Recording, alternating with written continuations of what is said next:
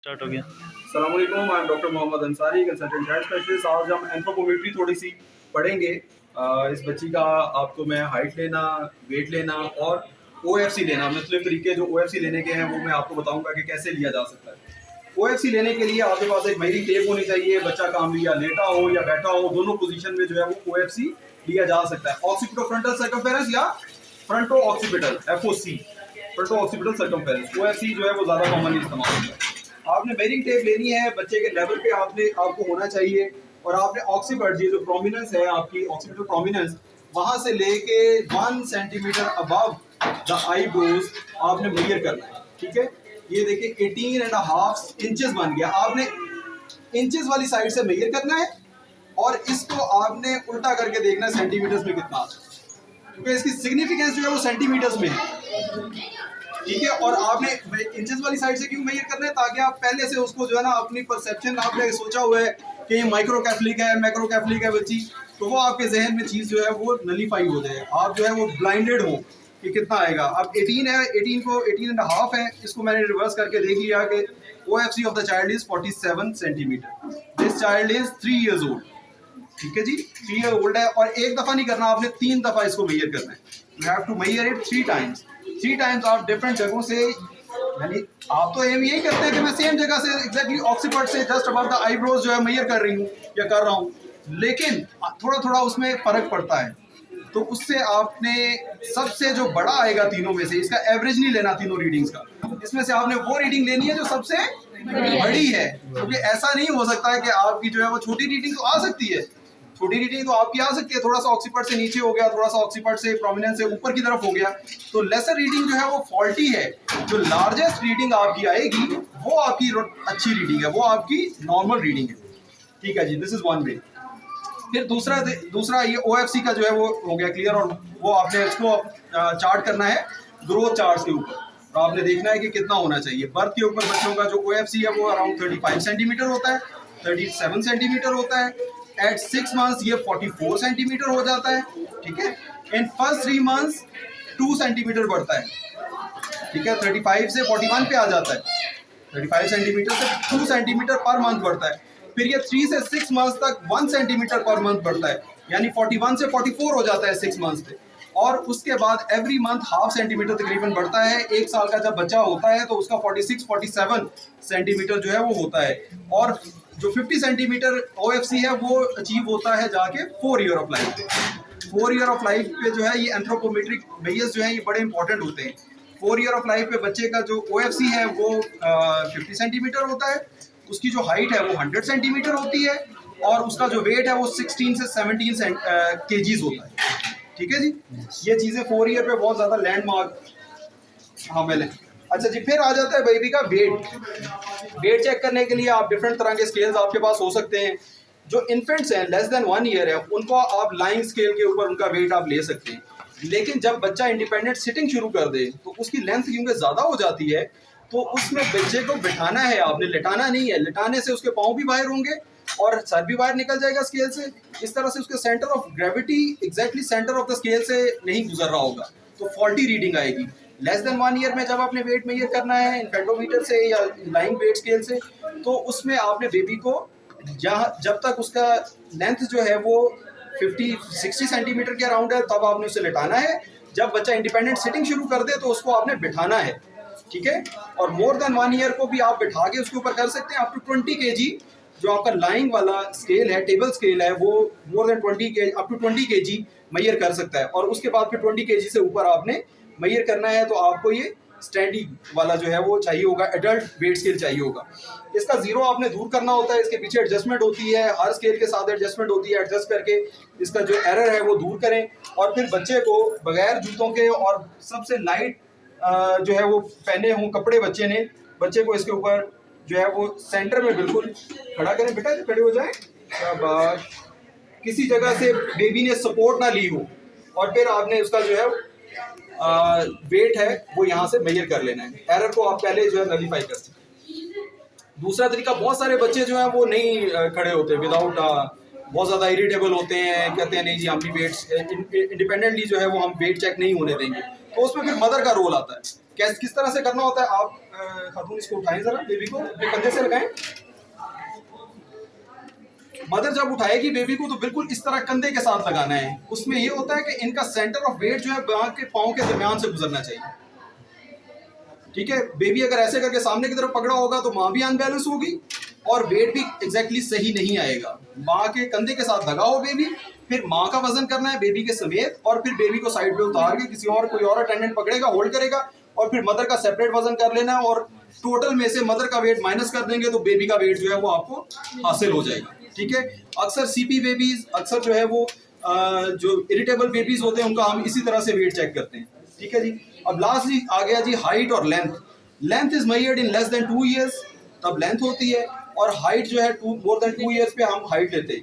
Height is less than length, ये बात पता है आपको, पहले भी बताया था, height is lesser than length. 2 साल का बच्चा जैसे ही होता है तो उसकी लेंथ होती है वो तकरीबन आ रही होती है 85 सेंटीमीटर, और जब उसकी हाइट लेते हैं आप उसको, जब नेक्स्ट डे पे आप खड़ा करते हैं तो वो तकरीबन 83, अबाउट 1.5 to 2 सेंटीमीटर का फर्क पड़ जाता है। क्यों फर्क पड़ जाता है? क्योंकि इंटरवर्टेब्रल स्पेसेस जो है वो कंप्रेस होती है खड़े होने पे ग्रेविटेशनल इफेक्ट से, जो आपकी जॉइंट स्पेसेस हैं वो कंप्रेस होती हैं, ठीक है। अब लाइंग लेंथ आपने कैसे लेनी है? लाइंग लेंथ इस तरह से लेंगे आप बेबी की, थोड़ा सा रफ एरिया है, इसको यहाँ लिटाएंगे जरा बेबी को,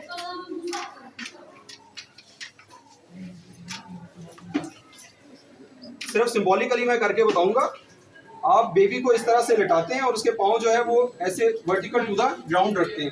एक बुक यहाँ पे रख देते हैं फुट एंड पे, और एक बुक रख देते हैं आप हेड एंड पे। ये दोनों जगहों पे हार्ड सर्फेसेस रख देते हैं, एक फुट एंड पे और एक इस तरह से हेड एंड पे रखें। एक बुक रखें डॉक्टर साहब, आप एक बुक इधर ला के रखें फुट एंड पे, इस तरफ हो जाए, मैं मेजर करें। ये बेबी मोर 3 इयर्स ओल्ड है, इसमें लेंथ नहीं बनती, लेकिन सिर्फ फॉर एजुकेशनल पर्पसेस में आपको, ठीक है। बेबी को उठा लें, आप बेबी को उठा लें, ठीक है जी। बेबी को आपने जल्दी उठा देना, otherwise baby will get irritable. और यहाँ से आपने 0 से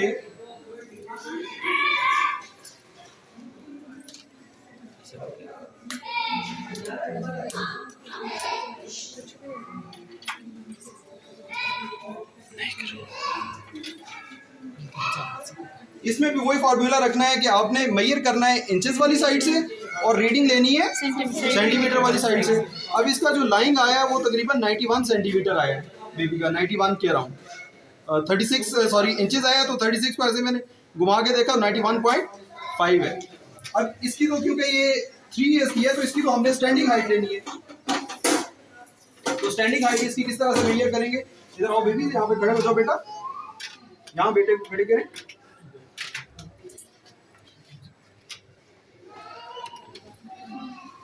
बेबी को बिल्कुल दीवार के साथ जोड़ के खड़ा करेंगे, उसके पाँव आपस में जोड़ेंगे, ठीक है, और जो हील्स हैं वो टच होनी चाहिए दीवार को, और उसी तरह से एक हार्ड बुक जो है वो इधर रखेंगे ऊपर, ऐसे बिल्कुल स्ट्रेट देखना चाहिए बेबी को। आए डॉक्टर साहब इधर रखें, बुक रखें, इसके ऊपर बैठ जाए यहाँ पे। एक और हार्ड बुक होनी चाहिए, थोड़ी सी सॉफ्ट, ये हार्ड है, ये भी सॉफ्ट है, ऐसे हार्ड होनी चाहिए। ऐसे हॉरिजॉन्टल बिल्कुल रखेंगे बेटा, आप हट जाएं, आप हट जाएं, हट जाएं, शाबाश।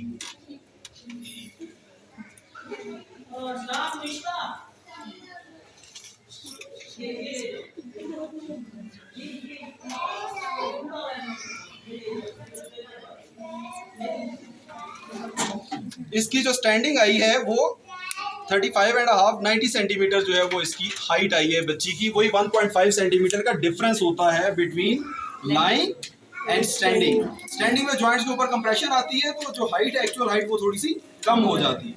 फिर इसके बाद आपने लाइंग लेस देन 2 ईयर्स में और मोर देन 2 ईयर में आपने स्टैंडिंग हाइट लेनी है। फिर अपर सेगमेंट लोअर सेगमेंट का मैंने जो है वो बताया था आपको।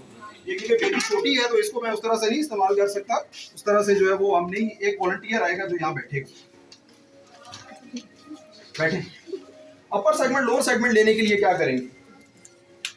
नीचे बैठ जाए, बिल्कुल नीचे बैठ जाए, इनिशियल ट्यूब्रोस्टी के ऊपर बैठना है आप। आगे टांगे आगे कर लें, आगे टांगे आगे कर लें, टांगे आगे कर लें, हाँ टांगे आगे, आगे निकालें, ऐसे, ठीक है। आप बिल्कुल सीधा भी कर सकते हैं टांगों को, और इस तरह भी हो तो कोई मसला नहीं है, ठीक है। बिल्कुल पीछे दीवार के साथ अपनी स्पाइन पूरी अटैच करें, आप बहुत ज्यादा आगे आए हुए। हाँ बिल्कुल, कमर अपनी जो है वो बिल्कुल दीवार के साथ और पीछे हो जाए, ठीक है। इस तरह से मैंने इसके ऊपर हार्ड सरफेस एक रख दी, हार्ड बुक रख ली, और मैंने जो है वो यहाँ से हाइट नीचे ले ली। मेजर करना बार बार करने से मेरा टाइम जाया होगा, आप खड़े हो जाए। और इसी तरह से आपने जो है वो स्टैंडिंग हाइट, फुल हाइट, और उसमें से जब लोअर सेगमेंट, ये जो आपने देखा था ये अपर सेगमेंट था, टोटल में से ये अपर सेगमेंट माइनस करेंगे तो लोअर सेगमेंट आ जाएगा आपके पास, ठीक है जी। या इस तरह से स्टैंडिंग पोजीशन में सिम्फिसिस प्यूबिस को पैल्पेट करें, और सिम्फिसिस प्यूबिस से बिटवीन द हील्स वो आप मेजर कर लें, वो लोअर सेगमेंट आ जाएगा आपका। टोटल हाइट में से लोअर सेगमेंट निकालेंगे तो अपर सेगमेंट आ जाएगा। Upper segment lower segment ratio जो है ये बड़ी इंपॉर्टेंट है। जो बेबीज न्यूबॉर्न होते हैं उनमें upper segment is 1.7 times the lower segment, 1.7:1 ratio होती है। 3 इयर्स पे 1.3:1 हो जाती है, यानी लिम्ब जो है वो ज्यादा अच्छे लंबे होना शुरू हो जाते हैं, और टॉर्सो जो होता है उतनी तेजी से ग्रो नहीं कर रहा होता। और उससे फर्दर जो है 7 इयर्स पे 1:1 हो जाती है, upper segment lower segment ratio 1:1 हो जाती है, और ये थ्रू आउट लाइफ फिर 1:1 ही रहती है। डिस्प्रोपोर्शनेट शॉर्ट स्टेचर में ये अब नॉर्मल होती है, वो आपको बुक से पढ़ेंगे तो फिर आएगा। आर्म स्पैन लेने का एक आखिरी चीज जो रहेगी, ये आर्म स्पैन लेना होता है, ठीक है। आर्म स्पैन आप, ये सेम होता है हाइट स्पैन, हाइट से बिल्कुल सेम उतनी ही होती है। उधर एक रखें, कुछ मार्कर रखें, निशान लगाना इतना एडवाइजेबल नहीं होता, तो बुक रख लें उधर या कोई चीज रख लें, ठीक है जी। आप हट जाएं, आप हट जाएं यहाँ से, उठ के। आपकी हाइट कितनी है? दानिश सेट तो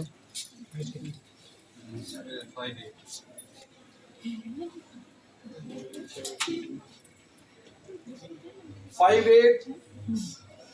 आपने हॉरिजॉन्टली छोड़े, आगे लेके आए इसको,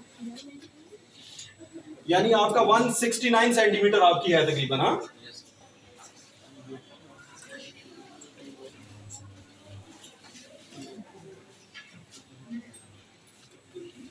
वन 174 सेंटीमीटर। ये आर्म स्पैन और जो हाइट है बेसिकली वो प्रोपोर्शनेट होती है, सेम होती है।